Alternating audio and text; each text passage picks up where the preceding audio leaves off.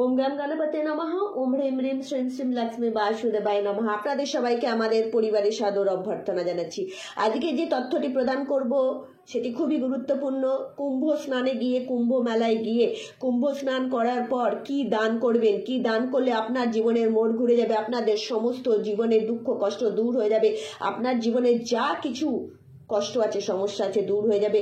সেই জিনিস কি, সেই সম্পর্কে আপনাদের জানাবো। তার আগে অনুরোধ করব, চ্যানেলটিকে সাবস্ক্রাইব করে পাশে থাকা বেল আইকনটি ক্লিক করবেন। আমাদের ভিডিও ভালো লাগলে লাইক করবেন, শেয়ার করবেন, ভিডিওটি শেষ পর্যন্ত অবশ্যই দেখবেন।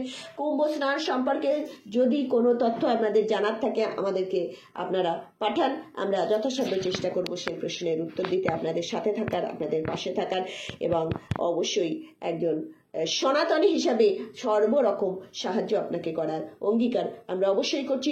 চলুন আমরা আলোচনা করি, আপনাদের জানাই যে কি দান করবেন। দেখুন, যে কোনো স্নান, পবিত্র স্নান, সেটা গঙ্গা, যমুনা, সরস্বতী, গোদাবরী, নর্মদা, কাবেরী যেই হোক না কেন, বা গণ্ডকী নদী হোক না কেন, যেই পবিত্র নদী হোক না কেন, স্নান করে, কেননা যখন স্নান করি না তখন আমরা পাপ মুক্ত হয়ে যাই। তাই স্নান করে দান করার একটি প্রথা, এবং এটা অবশ্যই করণীয়, এটা করতে হয়, শাস্ত্রে বর্ণনা করা হয়েছে, না হলে অসম্পূর্ণ থেকে যায় আপনার এই স্নান ক্রিয়াটি। তাই আপনার সাধ্যমতো আপনি দান করবেন। দেখুন, এক কণাও করুন, কিন্তু করবেন। প্রথমেই বলবো তিল দান করবেন। কালো তিল বা সাদা তিল, যেই তিলই দান করুন না কেন করবেন। ওখানে আপনি যখনই কুম্ভ স্নান করে উঠবেন, আরেকটি কথা বলে রাখি, যারা কুম্ভতে যেতে পারছেন না, গঙ্গাসাগরে যাচ্ছেন, কোনো অসুবিধা নেই, স্নান করার পর দান করবেন। এটা যখনই আপনারা স্নান করবেন, বাড়িতে স্নানের কথা বলিনি, কোনো পবিত্র তীর্থে বা পবিত্র নদীতে স্নান করার পর এই প্রক্রিয়াটি করবেন, মাথায় রেখে দিন। তিল অবশ্যই দান করবেন। এই তিল কোথা থেকে উৎপন্ন হয়েছে জানেন? স্বয়ং শ্রী বিষ্ণুর গায়ের যে ময়লা, সেখান থেকে তিলের উৎপত্তি। তিল অবশ্যই দান করবেন, শনিদেবের সাথে যুক্ত এই তিল যখনই আপনি দান করবেন, আপনার জীবনে শনি গ্রহের যদি কোনো দশা মহাদশা চলছে, বা শনি গ্রহের যদি কোনো কুদৃষ্টি থাকে, সেগুলো শেষ হয়ে যাবে। আপনার পূর্বপুরুষরা তৃপ্তি লাভ করবে, সে যেই লোকেই থাকুন না কেন, তিনি পূর্ণতা অর্জন করবেন, তৃপ্তি লাভ করবেন, এবং আপনার জীবনের সমস্ত সমস্যা দূর হয়ে যাবে। তিল দান করবেন। আবারও বলে দিচ্ছি, সাদা তিল আর কালো তিল দুটো বললাম। সাদা তিল আপনি যে মুদিখানার দোকান, সেখানে আপনি পেতে পারেন। কালো তিল আপনি মুদিখানা দোকানেও পেতে পারেন, বা পূজা পাঠের দোকানে পারবেন, দশকর্মা ভান্ডারে পাবেন। দেখুন, বিভিন্ন দেশ থেকে তো আপনারা এটা দেখেন আমাদের ভিডিও, তাই পূজা পাঠের জিনিস যেখান থেকে পাওয়া যায় সেটা বলছি। কেননা ভারতে পূজা পাঠের যে অর্থাৎ কলকাতাতে বা বাংলায়, পশ্চিমবাংলায় পূজা পাঠের যে জিনিসপত্র বা দশকর্মা ভান্ডার থেকে কি পাওয়া যায়, মৃত্যু পরবর্তী যে কর্মসূচি আছে সেই ক্রিয়াকাণ্ড ঘটানোর জিনিসপত্র পাওয়া যায়, এবং সমস্ত শুভ কাজ করার জিনিসপত্র পাওয়া যায়, দশকর্মা ভান্ডার বলে। কিন্তু বাংলার বাইরে, পশ্চিমবাংলার বাইরে বিভিন্ন নামে পরিচিত, এবং বাংলাদেশ, পাকিস্তান, তারপরে আপনার যে কানাডা আছে, আমেরিকা আছে, এবং বিভিন্ন দেশ আছে, অস্ট্রেলিয়া আছে, তারপরে আপনার নানা জায়গার নানা রকম আছে। সেই জন্য আপনারা পূজা পাঠের জিনিস পাওয়া যায়, সেখান থেকে কালেক্ট করবেন। তিল গেল, কালো তিল 50 গ্রাম করে নিন না, 50 গ্রাম করে।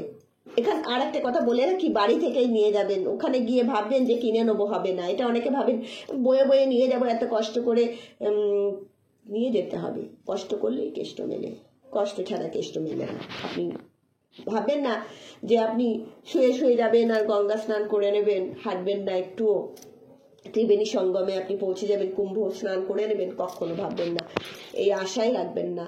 কষ্ট করলে কেষ্ট মেলে। তাহলে এই তিল নিলেন, 50 গ্রাম করে নিন, কোনো অসুবিধা নেই। কালো তিল সাদা তিল দুটোই নিন। গুড় হ্যাঁ, ওই খেজুরের গুড় না, কিন্তু আখের গুড় নেবেন। মঙ্গলের যদি কোনো দোষ থাকে তাহলে আপনি সেখান থেকে নিস্তার পাবেন। আপনার দোষ থাকুক না থাকুক, দান করুন, আপনার জীবনে মিষ্টতা আসবে। আরেকটি কথা বলে রাখি, এই যে গুড়, এই গুড় মঙ্গলের দোষ থেকে কি হয়, অ্যাক্সিডেন্টের যোগ থাকে, রক্তপাত, অগ্নির ভয়, অগ্নি থেকে বিপদ, এই সমস্ত কিছু থাকে, হসপিটালাইজ থাকে, অস্ত্রোপচারের সম্ভাবনা থাকে। তাহলে এগুলো থেকে আপনি মুক্তি পাবেন। এরপরে বলবো বস্ত্র অবশ্যই দান করবেন। হ্যাঁ, কোনো পুরোহিতকে বস্ত্র দান করবেন স্নান করার পর। আর এই যে বলবেন কোথায় দান করব, আপনাকে চিন্তা করতে হবে না, দান নেওয়ার জন্য ওখানে সব বসে আছে লাইন দিয়ে, তাদেরকে দান করবেন। বস্ত্রটা কাকে দান করবেন, কোনো পুরোহিতকে দান করবেন। আপনি যদি কোনো পুরোহিতকে নিয়ে থাকেন যে মা গঙ্গার আরাধনা করার জন্য, বা কুম্ভ দান করছেন মা গঙ্গাতে, সেখানে তাকে দান করতে পারেন।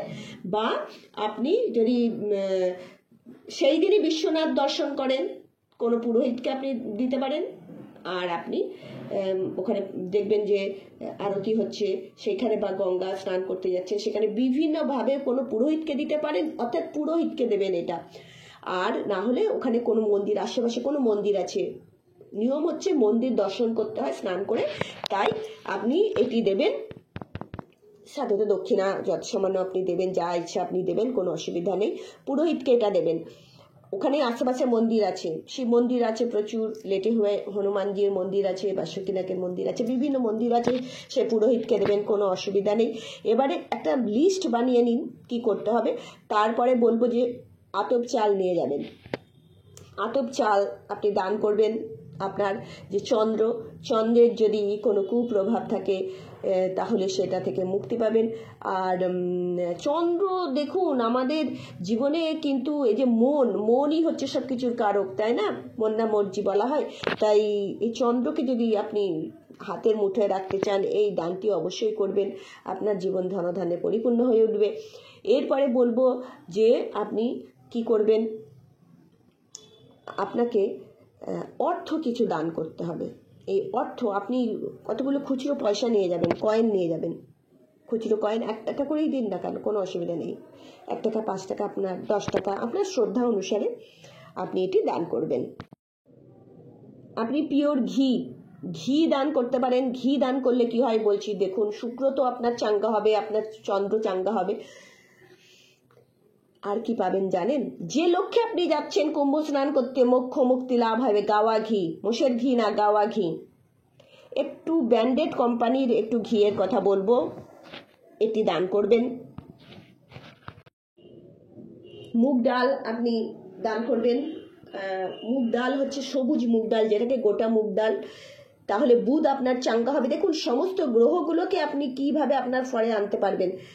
আর ছোলার ডাল আপনি দান করবেন। ছোলার ডাল দান করলে আপনি বৃহস্পতিকে চাঙ্গা করতে পারবেন। এবং জানেন শাস্ত্রে ছোলার ডালকে স্বর্ণ দান মানে সোনা দানের সমান বলা হয়। তাই যারা সোনা দান করতে পারে না, ছোলার ডাল দান করবেন।